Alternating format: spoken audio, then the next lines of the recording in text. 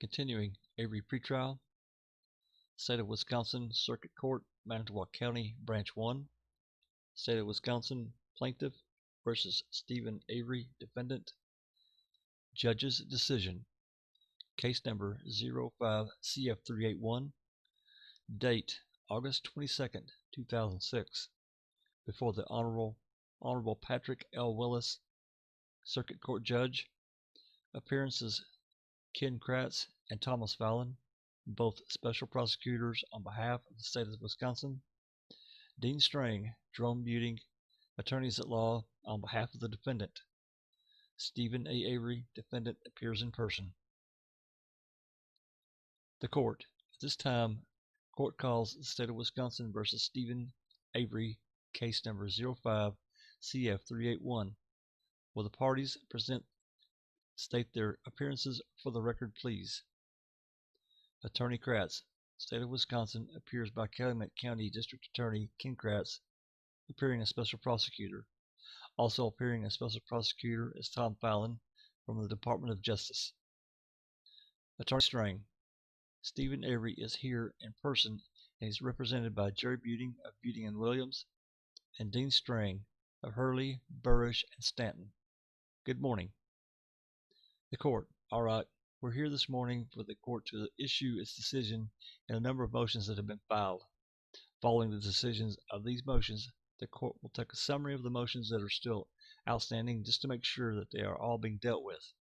The court will first issue its decision on the defendant's motion to dismiss on grounds that the state has made a trial in Manitowoc County impossible. The basis for this motion is alleged that the state has taken actions to make a fair trial in Manitowoc County impossible.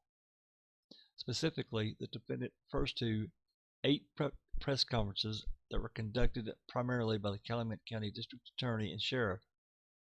4 of those press conferences occurred after the defendant's arrest in this case. The defendant also cites comments made in a 2-part news story in May of this year by the Manitowoc County Sheriff. The defendant asserts that his constitutional rights under Article 1, Section 7 of the Wisconsin Constitution, as well as his due process rights under the 14th Amendment to the United States Constitution and Article 1 and Section 8 of the Wisconsin Constitution, were violated by the state's participation in pretrial publicity. The defendant brief concludes on page 11 that, taken together, the state's actions effectively have destroyed Stephen Avery's opportunity to obtain an impartial jury in Manitowoc County. That is, the basis for requesting a dismissal as a sanction is a claim that participation by agents of the state in pretrial publicity has precluded the defendant from receiving a fair trial in front of Manitowoc County jurors. The court has reviewed the media accounts referenced by the motion. The defendant cites no Wisconsin case which has ever granted the remedy he requests. That is, no Wisconsin case has ever found that a defendant is entitled to dismissal of a criminal charge because of the state's participation in pretrial publicity. The defendant does cite 2 Wisconsin cases as being relevant. State EXREL.Schulter v. Boriff, a 1968 Wisconsin Supreme Court case, and Briggs v. State, a 1977 Wisconsin Supreme Court case. In neither of these cases did the court order that the criminal charges involved be dismissed. In fact, the court specifically rejected the remedy in Schulter, the one case in which a defendant actually requested a dismissal. Continuance and a change of venue have been the only remedies approved to date where prejudicial pretrial publicity threatens the defendant's right to a fair trial. The court is not prepared to say that the state's participation in pretrial publicity could never justify dismissal of criminal charges. Indeed, there's language from Schulter decision which suggests that the court did not rule out the possibility entirely. There's a sentence that reads as follows. In State v. Woodington, we considered the problem of pretrial publicity and concluded that the remedy was not necessarily the dismissal of charges, but a change of venue or a continuance of the trial, and careful selection of the jury en voir. So it may be possible that, in an appropriate case, the Supreme Court could justify dismissal as a sanction. However, since no reported decision ever sanctioned the remedy of dismissal, this court concludes that a remedy as drastic as dismissal could only be justified by very egregious behavior on the part of the state. The court concludes in this case that the state's role in pretrial publicity was not egregious or designed to jeopardize the defendant's rights to a fair trial. The court has reviewed the participation of the state complained of by the defendant and makes the following observations. The first 4 of the 8 cited press conferences were more informational in nature and also related to the missing person report, not to the involvement of the defendant in the crimes to have been alleged in the case. The last 4 press conferences did involve a detailing of the accusations made against the defendant, in some cases with more detail than the court believes was necessary. But the content was largely confined to the information contained in the complaints against Mr. Avery and the co-defendant, in this case, Mr. Brendan Dassey.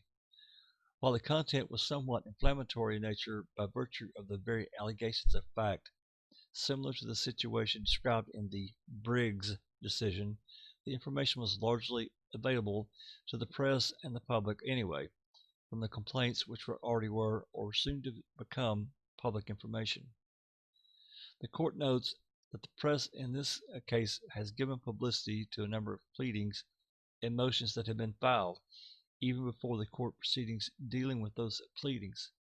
So it's unlikely that the news conferences resulted in the disclosure of any meaningful information that would not have been publicized in any event. The court also notes that, especially early in these proceedings, there were media reports that the defendant and members of the defendant's family believed that the police were unfairly picking on him and suggested that the defendant was being framed. Indeed, the defense in this case has filed motions indicating that such a defense may be pursued at trial. Supreme Court Rule, Chapter 20, Section 3.6, Subsection D, permits the district attorney to make a statement reasonably required to protect the state from the adverse effects of publicity not initiated by the state. Early in these proceedings, such adverse publicity existed.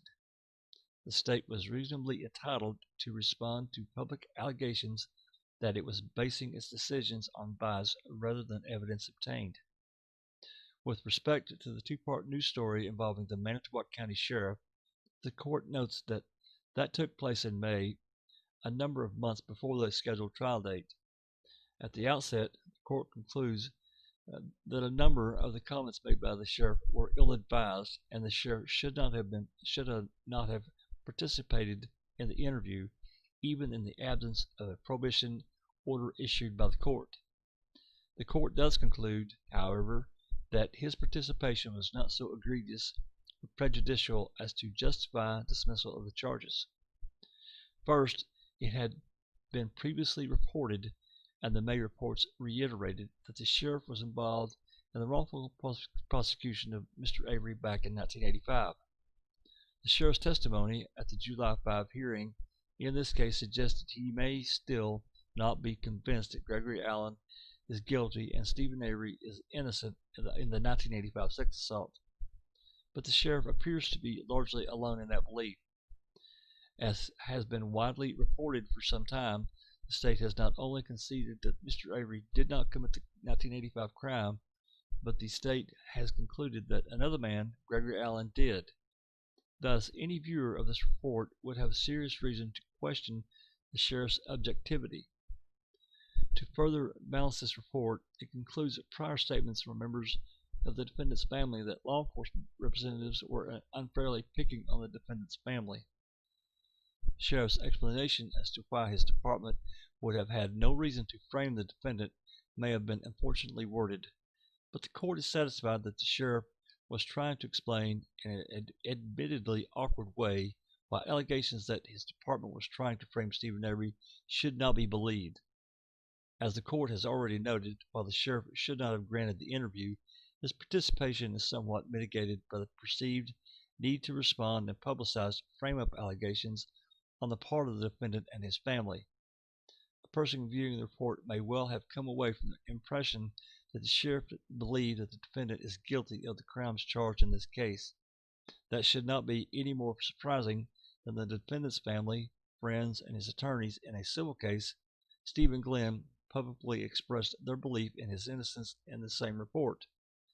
If law enforcement officials did not believe the defendant was guilty, this court would certainly expect the state to move to dismiss the charges against the defendant. The court gives the public more credit than to be too unduly influenced by the comments from either side. The report was balanced and not so inflammatory that the persons who viewed it months ago could still not provide the defendant with a fair trial if selected as jurors. Finally, the court notes that while the defense is requesting dismissal because he asserts the state's participation in pretrial publicity has made a trial in Manitowoc County impossible, the defendant acknowledges in other motion that if the court grants the adjournment of the trial date to early next year, a fair jury composed of Manitowoc County citizens could be selected. At least the court believed that's a fair inference for the court to draw from the defendant's continuous change of venue request. The bottom line is that while there may be a set of facts which would warrant the relief of the defendant seeks, there are no such facts present here. The complaint of publicity occurred many months before the scheduled trial. Early news conferences focused on the search for Teresa, not the charges against the defendant. Later press conferences with the Calumet County District Attorney and Sheriff were mainly confined to information available to the public records. The Manitowoc County Sheriff's participation in the May interview was ill-advised, but not so prejudicial as to justify the remedy the defendant seeks. The defendant's own contingent change of venue request demonstrates his belief that, with adequate precautions, a fair jury can be selected in Manitowoc County. For all those reasons, the defendant's motion to dismiss is denied by the court. Before I proceed to other motions, I will note that there have been motions filed relating to change of venue and scheduling of the trial date. And it's my understanding that the parties have a stipulation on those issues to propose to the court this morning. In fact, I have been handed a written stipulation. Counsel, does one of you care to put it on the record for the court? Attorney Kratz: I certainly can, Judge. I don't know how much in detail the court wants me to go. We provided the court with a 2-page stipulation. That stipulation attempts to deal with the issues of change of venue as well as the trial schedule. The stipulation, and I will read the last part of the stipulation that is being proposed towards the bottom of page 1.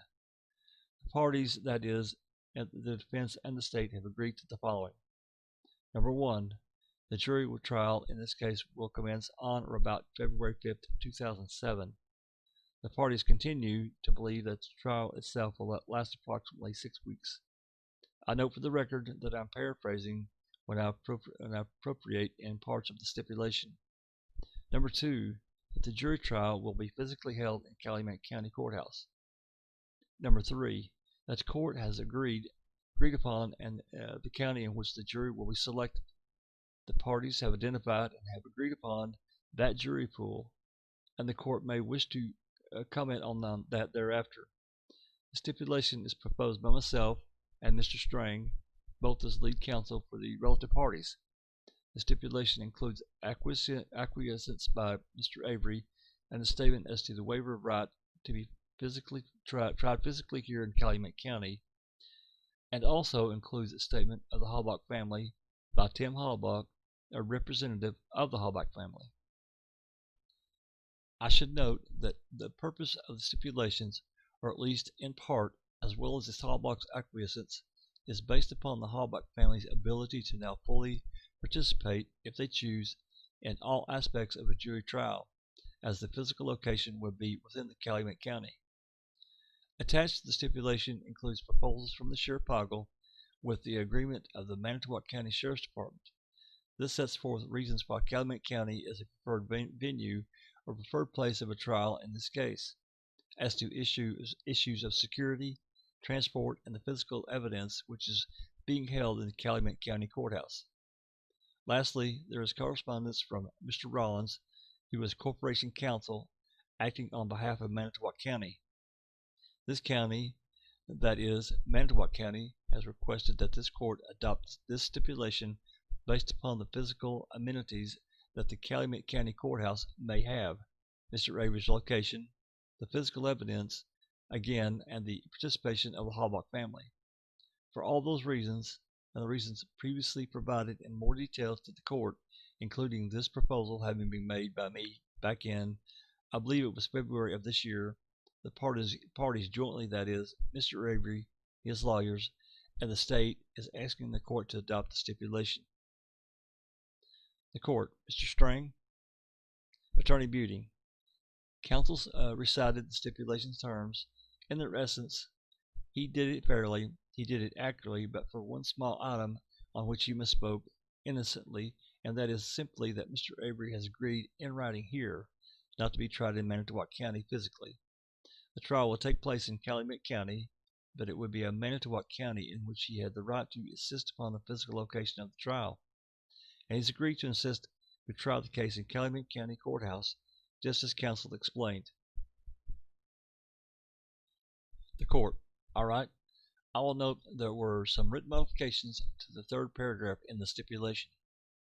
That after the parties approached the court, I indicated that I had a concern with, at one point it was my understanding the parties wished the county from which the jury would be selected to not be disclosed at this time, but I understand the parties do not have an objection to disclosure as of today. Attorney Kratz. That's correct, Judge. The court. Mr. Strang? Attorney Strang. That's true. The court. And I think that it is important for the court to make sure that Mr. Avery, and I'm going to conduct a brief colloquy with him on the going on conduct record today, that everybody understands and agrees what is being proposed here, and specifically that the parties both agree that the jurors are to be selected from Manitowoc County. Is that correct? Attorney Strang. Yes. Attorney Kratz. Yes. The court. Mr. Avery, is that your understanding of the recommendation that the parties are proposing to the court today, and that you have agreed to? Mr. Avery. Yes. The court. Okay. I do have some questions to ask of you to make sure that you understand it, or to make sure that you are knowingly agreeing to this proposal. First of all, do you understand that you have a constitutional and statutory right to keep the venue in Manitowoc County, if you wish, that is, a right to be tried not only by a jury of Manitowoc County residents, but also, at least arguably, to a trial physically held in Manitowoc County? Do you understand that? Mr. Avery. Yes, I do. The court. Do you also understand that the venue states section 971.225 only permits the court to order the trial to be held in another county if I make a determination that an impartial trial could not be held in Manitowoc County? That is, if you are not requesting it, the court would not be ordering it that this trial be held in Calumet County. Do you understand that? Mr. Avery. Yes, I do. The court. Is it your wish to be tried in Calumet County in this case with a jury composed of Manitowoc County residents? Mr. Avery. Yes. The court. Has anyone made any promises or threats to you to get you to request this provision? Mr. Avery. No. The court. Have you had adequate time to discuss this decision with your attorneys? Mr. Avery. Yes. The court. And do you have any questions at this time? If you do, I would go off the record and permit you to discuss this matter further with your attorneys. Do you have any such questions? Mr. Avery. No, I don't. The court. Very well. The parties had alerted the court a few days ago that this stipulation would be presented today, so I have had some time to give it some thought. I also took the opportunity a few days ago to travel to Calumet County in order to tour the courthouse facilities. I agree that there are some advantages to holding the trial in Calumet County in terms of security relating to both the defendant and to the jurors. There also appears to be more space at the courthouse for the media, and the court has been informed that Manitowoc County officials believe it would be more economical to hold the case in Calumet County. That is not a major request, obviously, in the court's decision, but the court is aware of the Manitowoc County's officials concur with this move. And I also understand the victim's family has joined in this request. In fact, Calumet County, I believe, is closer to their home than Manitowoc. Based on those considerations, the request has been made by the parties. I'm going to grant the joint request that's been made here. I also note that the request calls for a delay in the trial date that will further alleviate the prejudicial effects of any pretrial publicity, avoid any potential conflicts with the Thanksgiving holiday that might have occurred had the trial started in mid-October, and allow the defense more time to evaluate the evidence in this case, which is somewhat voluminous. The court has also been informed of such requests on the defense in the past, so I will grant the request. The trial date here will be scheduled for February 5th of 2007. I cannot foresee anything at this time that would result in a further continuance of the trial date, and the court will agree to hold the trial in Calumet County Courthouse. The jury will be selected, composed of Manitowoc's residents. Jury selection, I think, will take place here. It will be more convenient for everyone, but once the trial begins, it will take place in Calumet County. Is there anything further from either party on that matter? Attorney Kratz: No, Judge. The court. If not, the court will move on to the defense motion to exclude members of the Manitowoc County Sheriff's Department from testifying in this case. That motion initially included a request also to prevent members of the Sheriff's Department from overseeing the jury in this case. But, Mr. Strang, it's my understanding that with the move to the physical side of the trial in Calumet County, that portion of the defense motion is being withdrawn. Attorney Strang: It is in the sense that I think it's mooted. There are a number of logistical details attending to the stipulation just presented to the court and adopted by the court that we have not laid out here today, but of which the parties are in accord. And one of those, in sum, is that with the trial conducted in Calumet County Courthouse, the Calumet County Sheriff's Department in ordinary course would take charge of jury assembly, jury management, the role of bailiff, custody of Mr. Avery, if in fact he's in custody at the time of trial. And we are seeing as mooting the request for relief as to the role of the Manitowoc County Sheriff's Department in perspective or actual jurors, because under this proposal, the Manitowoc County Sheriff's Department will have no role with or contact with actual prospective jurors. The court. Okay, all right. As the court noted, the defense has filed a motion to exclude all members of the Manitowoc County Sheriff's Department from testifying on behalf of the state as part of the state's case in chief. The sole basis for the defense motion arises out of comments made in an interview Sheriff Kenneth Petersen provided to Fox 11 News in Green Bay, in portions of which he aired in a two-part report on May 11 and May 12 of this year. The court is not going to detail the sheriff's comments further here, other than to note that they related to sheriff's involvement with Mr. Avery in the past, including the sheriff's role in the prosecution of Mr. Avery back in 1985 relating to the sex assault charge for which he was subsequently exonerated. The sheriff also relayed in a report some of his own opinions concerning the defendant's personality. The defendant contends that he is entitled to the remedy he seeks because the sheriff's comments were calculated to interfere with the defendant's right to a fair trial in the Manitowoc County before a Manitowoc County jury. The court has reviewed the two-part news report in its entirety and have also read and heard the parties' arguments, that is, the written argument submitted by Mr. Strang with his motion, the written response submitted by Mr. Fallon, as well as the arguments made in the July 5, 2006 hearing. The court makes the following observations. The court has accepted today stipulations of the parties that the trial will be held in Calumet County with a Manitowoc County jury. So the defendant has not lost his constitutional right to a trial in the county where the crimes are alleged to have been committed. The place of the trial is being moved at the joint request of the defendant and the state. Earlier in these proceedings, the parties agreed informally to eliminate out-of-court comments to the press, the state through the attorneys or representatives of the Calumet County Sheriff's Department, and the defense through the defense counsel or defendant himself. There was, and is, no order at this time to support this agreement, but it came about as a result of the court's reluctance to issue a gag order, which the court regarded as an extreme remedy.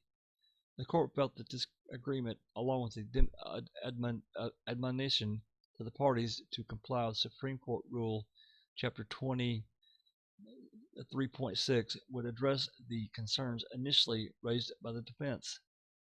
The informal agreement has proven largely effective with respect to the parties involved. No party mentioned any concerns at the time with comments originating from the Manitowoc County Sheriff's Department.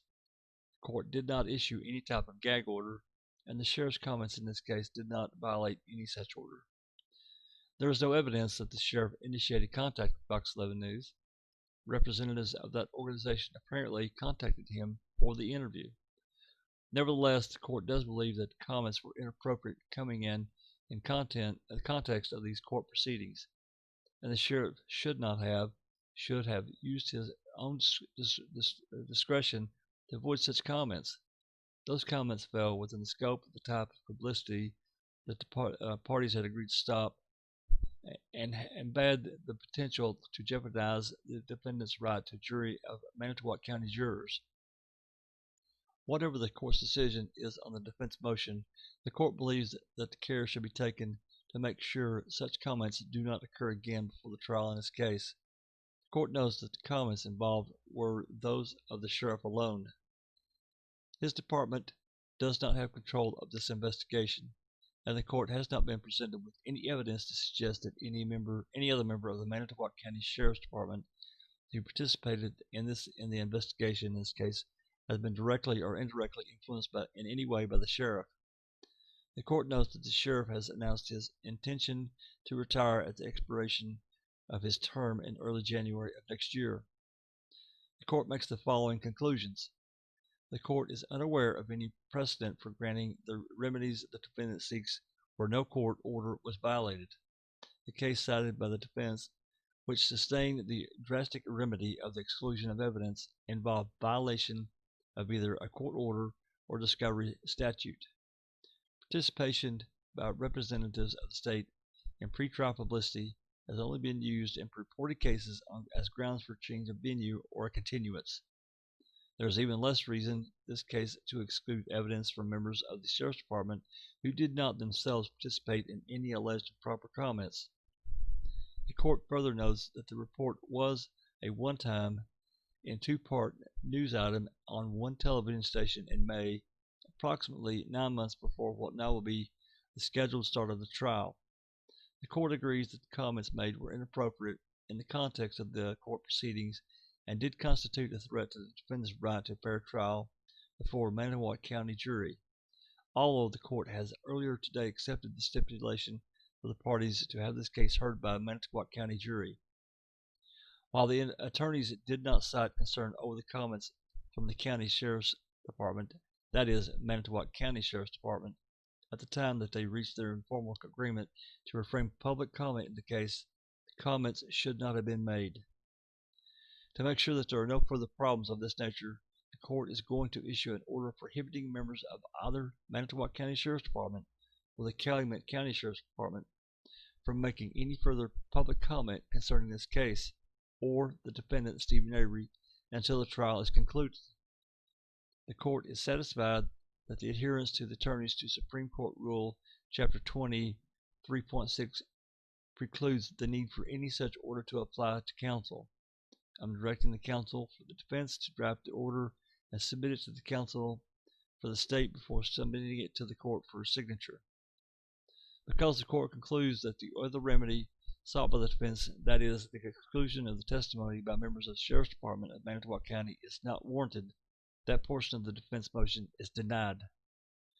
Attorney Strang, as a matter of clarification, Your Honor, and I'm happy to draft the proposed order, I will intend to include proceedings related to Brendan Dassey within the court's definition of this case, even though technically the Dassey proceedings are under a case number different than the Avery proceedings. The court, any objection from the state? Attorney Kratz, I'm not sure you have authority over the Brendan Dassey case, Judge. The court, I don't have authority over the case, but the court's order would have no effect in his case, but I think it could extend to comments relating to his role in the case. I will do this. I will let it up to the parties in the form of your proposed order to attempt to resolve the matter. If it still winds up being contested and the parties have alternative versions of the proposed order to submit, I will review them, give the parties a chance to be heard before I issue the court's order. Attorney Kratz, that's fine. Thank you. The court will next move on to the state's motion, in this case, to admit statements of Teresa Halbach to co-workers.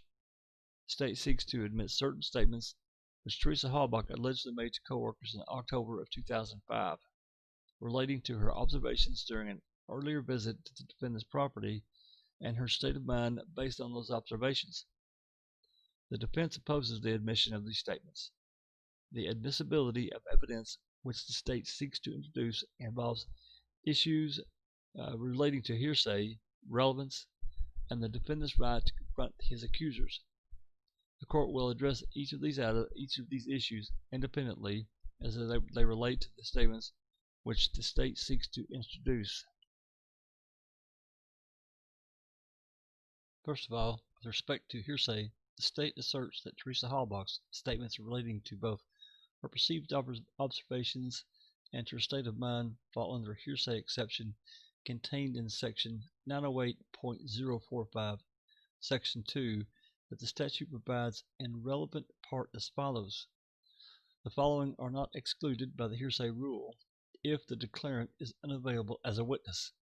A statement which describes an event or condition recently perceived by the declarant, not in contemplation of a pending or anticipated litigation while the declarant's recollection was clear. The statements in which Teresa Halbach may have made to her coworkers describing observations from her earlier visit to the defendant's home could fit within this hearsay exception, subject to adequate foundation. At this point, the state has not provided the court with the date of the observations were allegedly made, perceiving the event or condition, or immediately thereafter. While the statements made by Ms. Halbach relating to her then existing state of mind could arguably fall within this exception, they would still have to be relevant before they could be admitted. In order for a statement of Teresa Halbach relating to her state of mind to be relevant, the statement would have to relate to an element of the crimes in which the state seeks to prove. A similar issue was addressed by the Court of Appeals in the case of State v. Cutts, K-U-T-Z, a 2003 Court of Appeals case. The defendant in that case was charged with first-degree intentional homicide, hiding a corpse, and stalking arising out of the disappearance of his wife. The state sought to introduce a number of statements attributed to the wife in the time leading up to her disappearance involving threats which the defendant made to her. The state sought to introduce an introduction of the statement as evidence of her fearful state of mind at the time she made the statements, shortly before her disappearance. The Court of Appeals ruled that the statements were not admissible because while they were evidence of the declarant's state of mind, her state of mind was not relevant to the charges in that case. The court recognized that the primary purpose of introducing the evidence was to demonstrate that the threats were actually made to the wife, not that she was in fear because of the statements. That is similar to the situation here. While any statement of Teresa Halbach involving her state of mind made a few weeks before her disappearance would certainly be relevant as evidence of her state of mind. Her state of mind is not really at issue in this case. The state has suggested that her state of mind has relationship to the elements which the state must prove on the kidnapping charge. However, the court views the probative value of her state of mind weeks before the crime as very marginal. The court does not believe that her state of mind has sufficient probative value or relevance to justify admission of the evidence. The state asserts that the personal characters and observations of Teresa Halbach, as opposed to her state of mind, have relevance as to the defendant's intent and plan to sexually assault her in the future. The court has heard references in prior arguments of the parties to allegations that Mr. Avery specifically requested Teresa Halbach to return to his residence. Depending on what other facts are introduced, her observations, which were relayed to her co-workers, may have probative value which could justify their admission. However, the court is unable, based on the current state of the record, to resolve the issue at this time. Should the observations of Teresa Halbach fall within the hearsay exception of Section 908.045, Section 2, and have sufficient probative value to justify their admission, the question remains as to whether the admission of such statements would violate the defendant's constitutional rights under the Confrontation Clause of the Constitution. The United States Supreme Court has expanded the scope of the Confrontation Clause in Crawford v. Washington, a 2004 case. The court ruled in Crawford, where testimonial statements are involved, the defendant is entitled to confront his accusers, regardless of the reliability of the statements or whether they fall in firmly rooted in hearsay exception. For purposes of the state's motion, the key question is whether the statements offered for admission are testimonial in nature. The issue of what is a testimonial statement was recently addressed by the United States Supreme Court in Davis v. Washington, a case decided on June 19th of this year. The case involved the question of whether statements made by an emergency 911 caller were testimonial in nature. The court ruled that some of the statements made in the course of the 911 call were testimonial, while others were not. Specifically, the court ruled as follows. Statements are non-testimonial when made in the course of a police interrogation under circumstances objectively indicating that the primary purpose of the interrogation is to enable police assistance to meet an ongoing emergency. They are testimonial when the circumstances objectively indicate that there is no such ongoing emergency and that the primary purpose of the interrogation is to establish or to prove past events potentially relevant to later criminal prosecution. Of particular significance to our case is the following language, which the Davis opinion quoted from the Crawford case. An opinion quoted an accuser who makes a formal statement to a government officer bears testimony in the sense that a person who makes a casual remark to an acquaintance does not. With this example, the Supreme Court comes very close to describing the statements Teresa Halbach purportedly made to her co-workers as a textbook example of what is not testimonial. The observational statements which the state seeks to admit were not made to the police and were certainly not made in the context of any investigation by anyone. There are much more in the nature of casual remarks to an acquaintance which is not testimonial. The court concludes that the statements by Teresa Halbach of her earlier observations of Mr. Avery are not testimonial in nature, and their admission would not implicate Confrontation Clause concern. In conclusion, any statement made by Teresa Halbach or her co-workers concerning her state of mind at an earlier point in time are not admissible. Subject to the proper foundation establishing relevance and probative value, statements that she made involving prior observations may be admissible under the hearsay exception contained in Section 908.045, subsection 2. Finally, for today's hearing, the court will address the defendant's motion challenging the search of November 5th on the basis that it violated the rule in Franks v. Delaware. I'm not addressing today the additional challenge of the search based on alleged multiple executions of the search warrant because the court has not yet received from the briefs of the parties on that issue. As part of his challenge to the obtaining of the execution of the search warrants, the defendant challenges the November 5th, 2005 search warrants on the basis that it was obtained as a result of false statements knowingly and intentionally made or with reckless disregard for the truth that were included in the affidavit supporting the search warrant request. Under rule of Franks versus Delaware, 1978 United States Supreme Court decision, if the defendant makes a substantial preliminary showing and proves that such false statements were made and that they were necessary to the finding of probable cause, the search warrant can be voided and the fruits of the search suppressed. Initially, the defendant's motion to allege that 3 separate knowingly false statements were made in the affidavit of Detective Mark Wiegert supporting the request for the November 5, 2005 warrant. First, the defendant alleged that Pamela Sturm and her daughter, the 2 citizens who initially located Teresa Halbach's vehicle on the Avery property, were incorrectly characterized as volunteer searchers, when in fact they were acting on behalf of law enforcement. Following the evidentiary hearing, the defense counsel acknowledged that the evidence did not demonstrate that Ms. Sturm and her daughter were anything but volunteer searchers.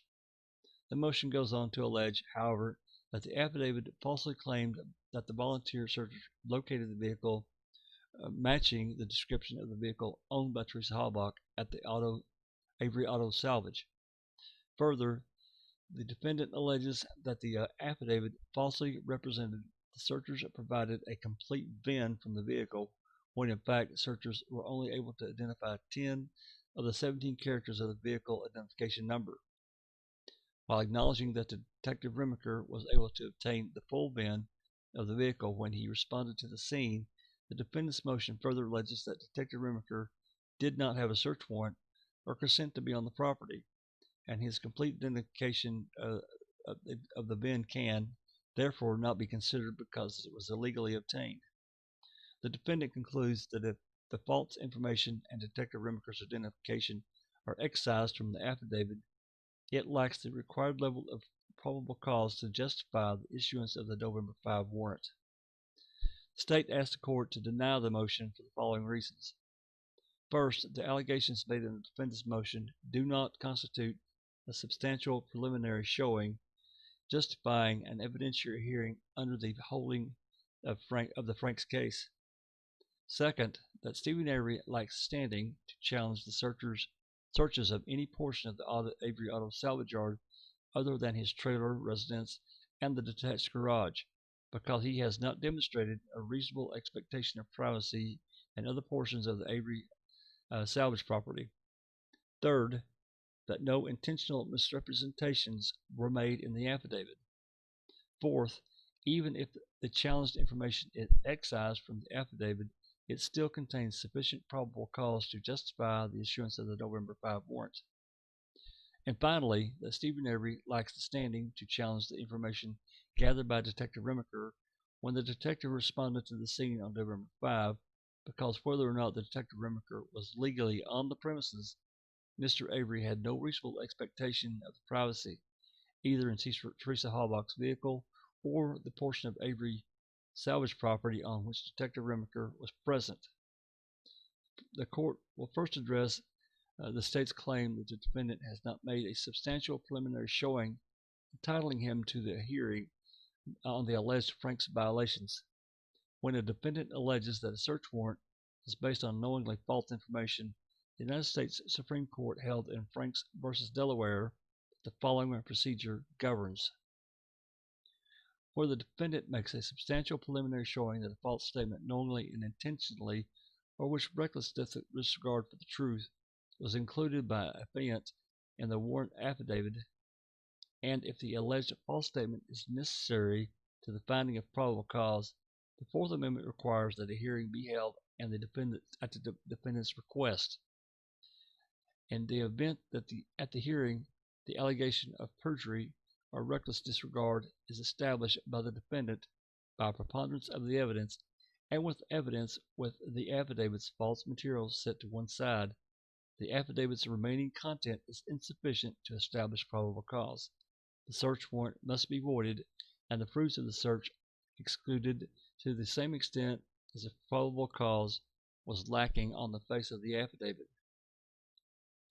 In this case, the defense motion alleged, first, the two citizens who found the RAV4 were not truly volunteer searchers, but persons who Detective Wiegert told Detective Remaker were willing to go to the Avery property on Avery Road to search the junkyard salvage area. The quoted language presumably was obtained by the defendant as part of a discovery from a police report. One possible inference from the language could have been that the volunteer searchers had in fact met with Detective Wiegert and expressed their willingness to assist the police in searching the Avery property. While neither party has argued the point at any length, it is at least arguable that if they had been entitled to assist law enforcement, the searchers may have had to disclose that fact to Earl Avery when they obtained his consent to enter the property in order to conduct the search. The state has not argued otherwise as a reason for which the motion should be denied. The defense also characterizes as an intentional false statement or one made with reckless disregard for the truth the assertion in the affidavit that the searchers claimed they had located a vehicle matching the description of the vehicle owned by Teresa Halbach. The basis for this assertion is that Pamela Sturm was told to be looking for a green vehicle, but she informed police that the vehicle was, quote, bluish green, though it's more blue than green, end quote. In addition, while the affidavit indicates that Sturm provided the entire 17-character VIN, Sturm was actually able to report only 9 or 10 of the 17 VIN characters.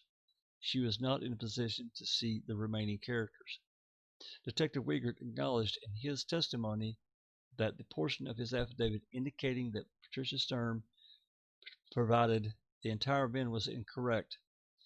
He acknowledged that while he obtained the full VIN from Detective Remaker, Ms. Sturm was only able to make out 10 of the 17 characters. In addition to the inconsistencies listed in the defendant's motion, the defendant also asserts that the state was not assisted by Detective Remaker's ability to read the full VIN because he did not have authorization or consent to be on the property.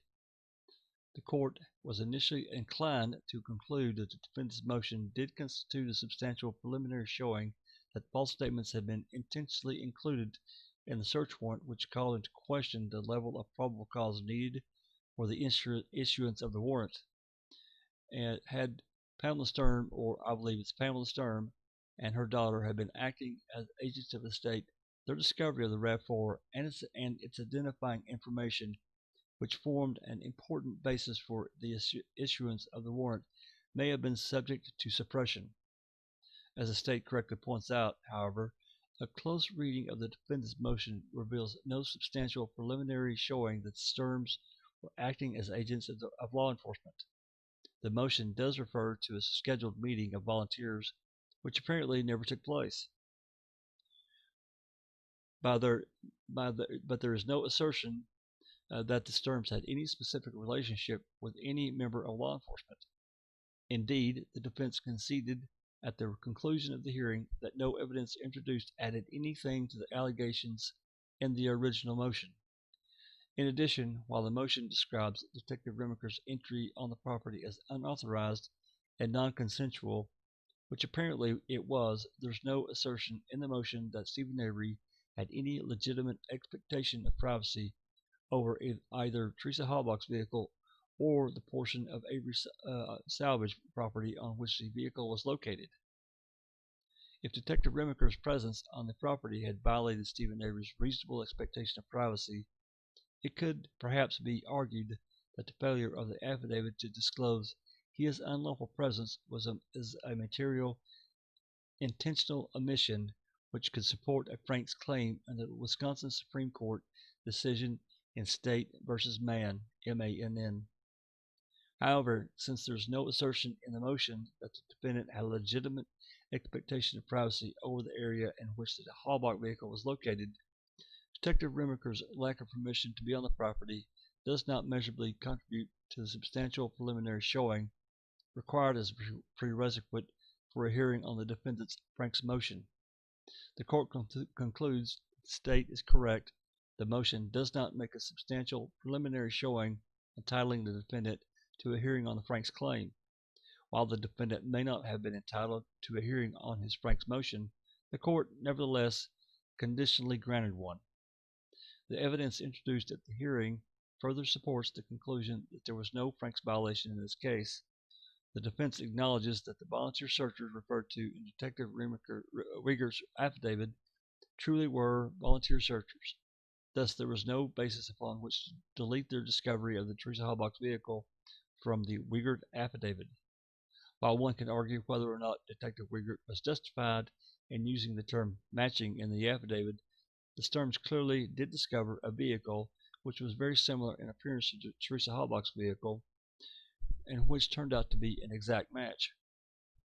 While Detective Rieger's entry on the property may not have been authorized by an owner or person in control of the property, there is no evidence to suggest that the defendant had any ownership, interest, or other expectation in an area upon which the vehicle was located, or the vehicle itself. Thus, the information provided by Detective Rieger is also appropriately included in the affidavit.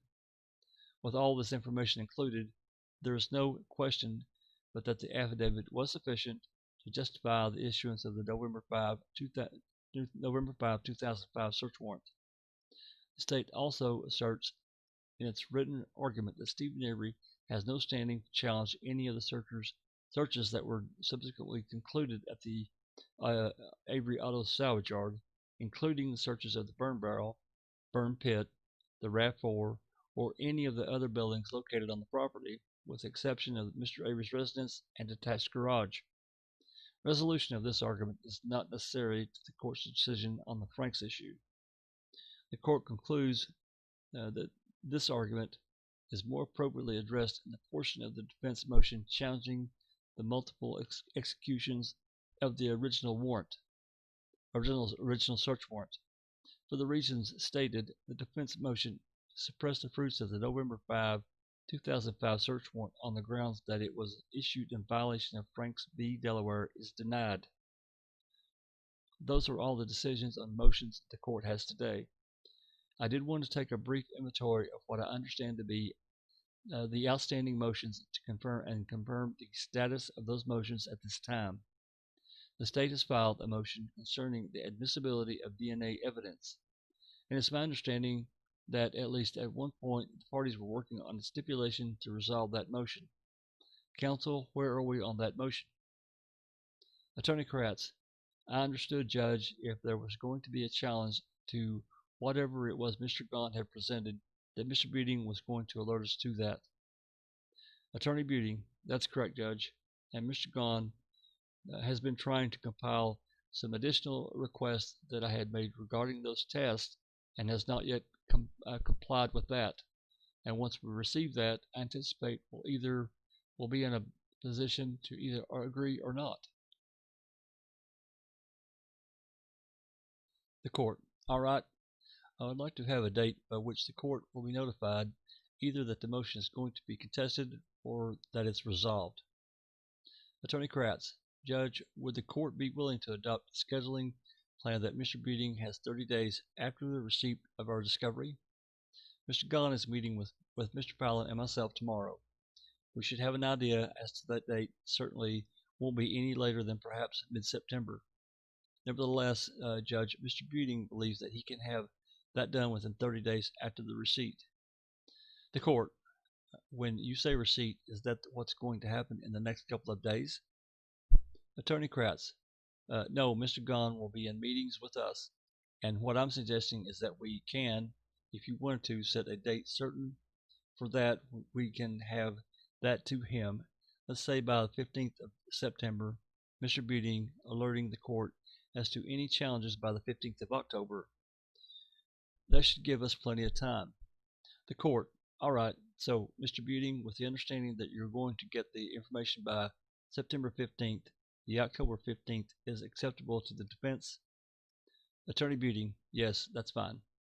The court, very well. The state has filed a number of other motions. The court has received written arguments, and I'm going to be issuing a written decision on those motions. Do I have all the briefs that were going to be filed? Attorney Kratz, yes, you have 3 from the state judge. The court, Mr. Strang, Attorney Strang, you have everything the defense anticipates submitting. The court, okay. Attorney Strang, I think the most recent was Friday, August 18th. We submitted a brief on one aspect of paragraph 6 of the state's motion.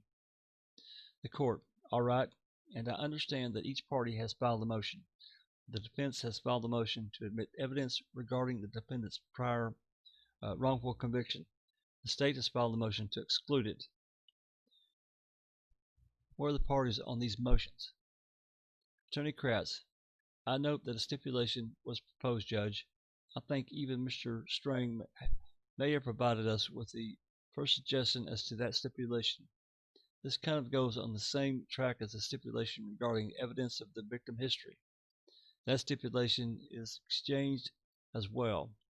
Would the court allow us to exchange and then perhaps alert the court by, again, the 15th of October if we have a resolution? If we don't, we can certainly tell the court before that time. The court, does that work for both parties?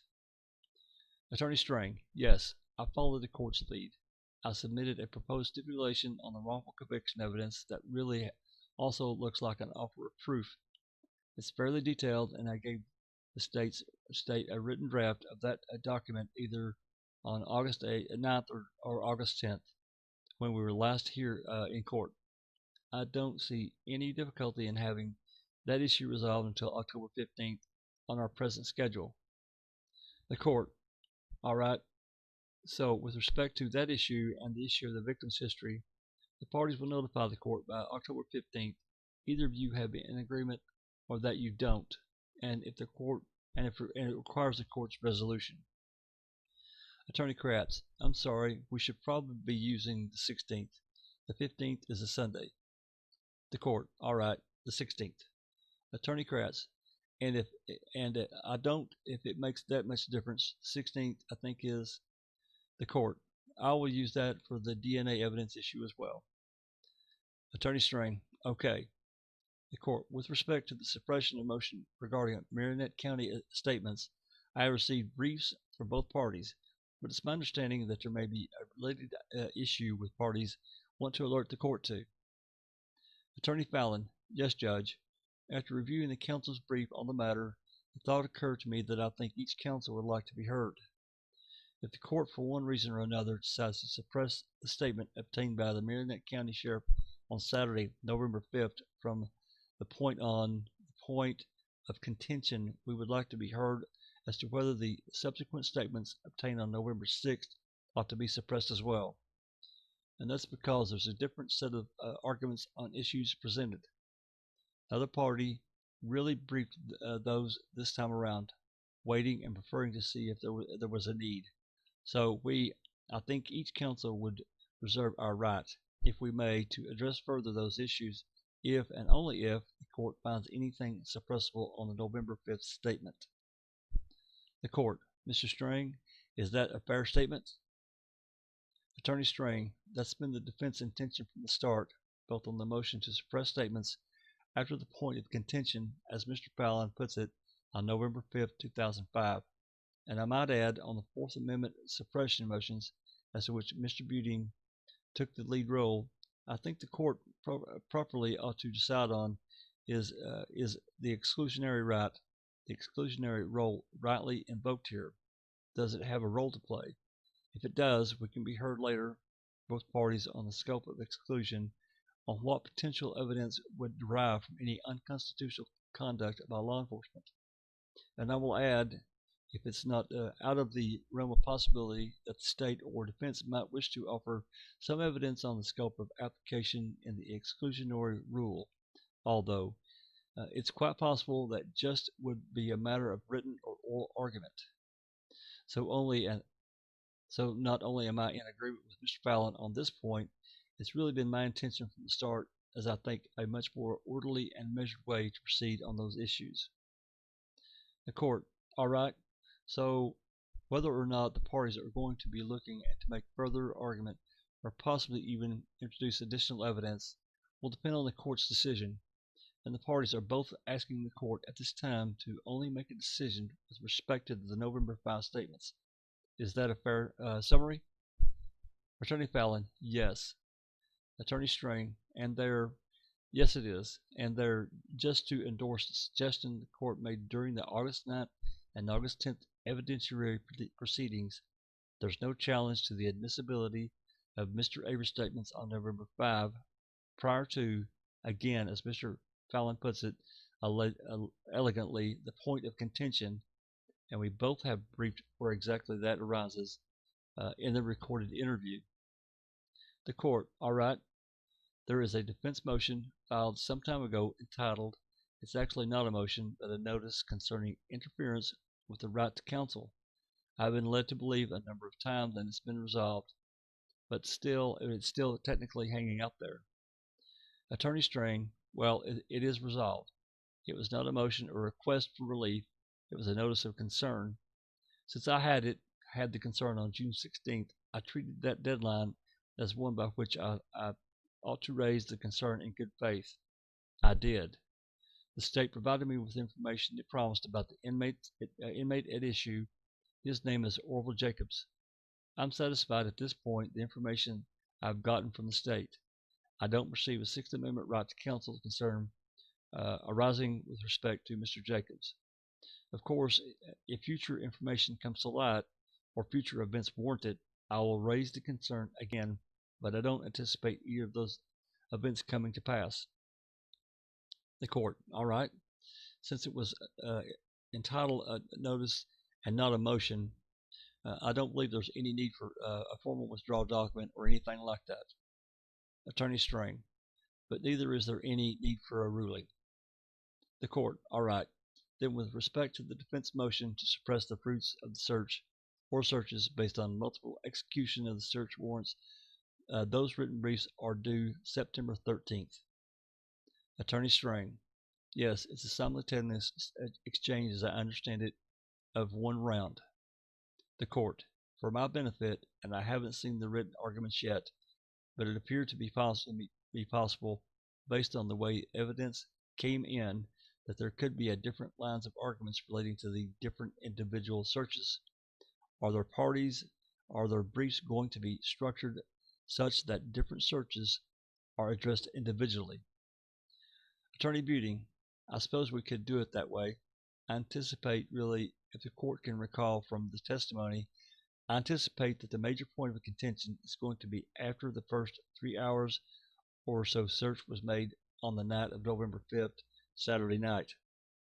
Thereafter, there was a number of entries, and I can address each one of those separately, but I think the primary issue is going to be on that. The court, let me just ask this.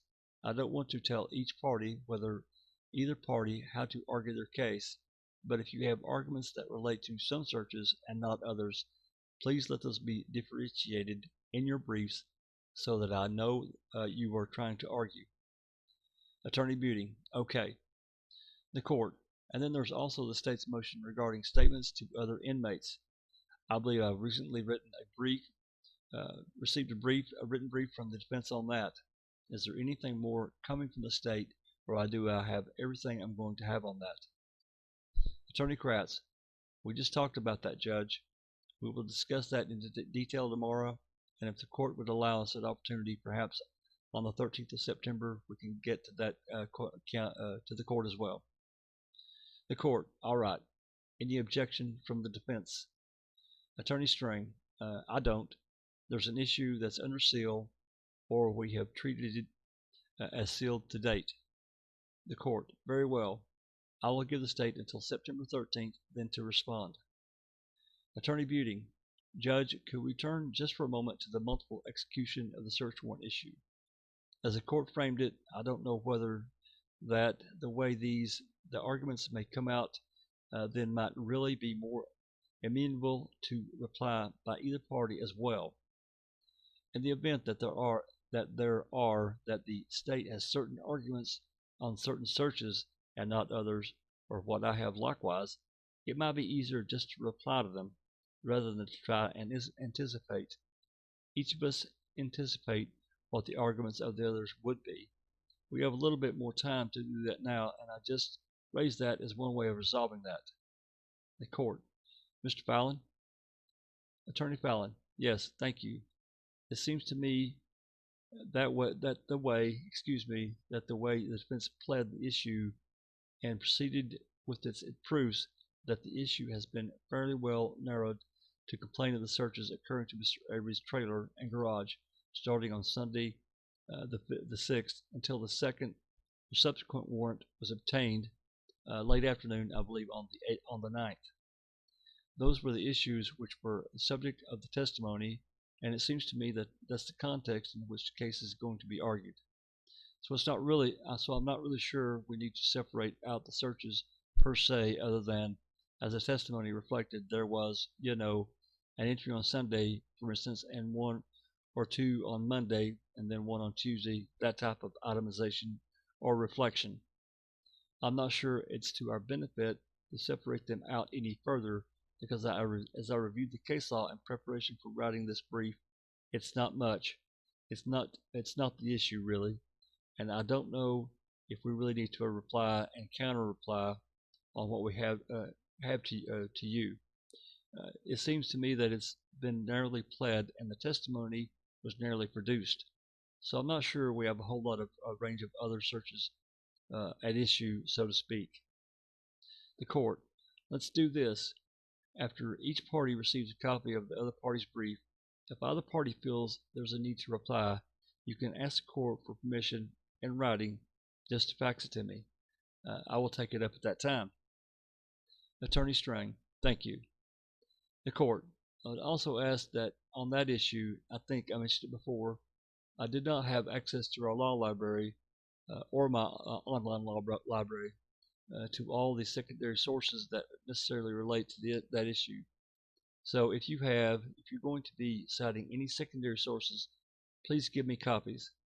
I have got ALR and AMGER, AMGER, and those types of things, but I think it was Attorney Buting, Lefave, L-A-F-A-V-E, the court, the 5. I do not have, right. I'm not looking to make the file any bigger than it is, but if you cite Lefave, give me a copy. I think I already have gotten one from the state. Attorney Fallon. I think you've got a copy. I think unless counsel disagrees, I think we have got the relevant portions of Lefave for the court. Attorney Buting. I believe so. If there are any other, so the court has access to the case law. The court. Other jurisdiction case law is fine. I've got LexisNexis, but Lefave is not there. Attorney Buting. So anything like law journals, law reviews, things of those natures that you do not have access to. The court. If you have got access to Lexis and it's on Lexis, you don't have to send it to me. Attorney Buting. I use Lexis. The court. Right. So if it's not on Lexis, send it. Otherwise, you don't have to. I certainly have access to case law from all other jurisdictions and a number of secondary sources, but not Lefave. Attorney Fallon. Your Honor, may I have just a moment to talk to Mr. Buting on this? The court. Go ahead. Attorney Fallon. I thought we might have one other point of interest for the court, but I guess we'll have to defer the comment until we consider it further. The court. All right. Is there anything further from other party today? Attorney Strang. Yes. 1. Just a point of clarification. This may have been implicit in the court's rulings on both on the motion to dismiss and the motion for sanctions to exclude the Manitowoc County Sheriff's Department, since the court referred to having reviewed the 8 news conferences. But I just want to make sure that the record is complete and that, in fact, a viewable either VHS tape or DVD arrived from WFRB TV to the court as I had arranged to happen.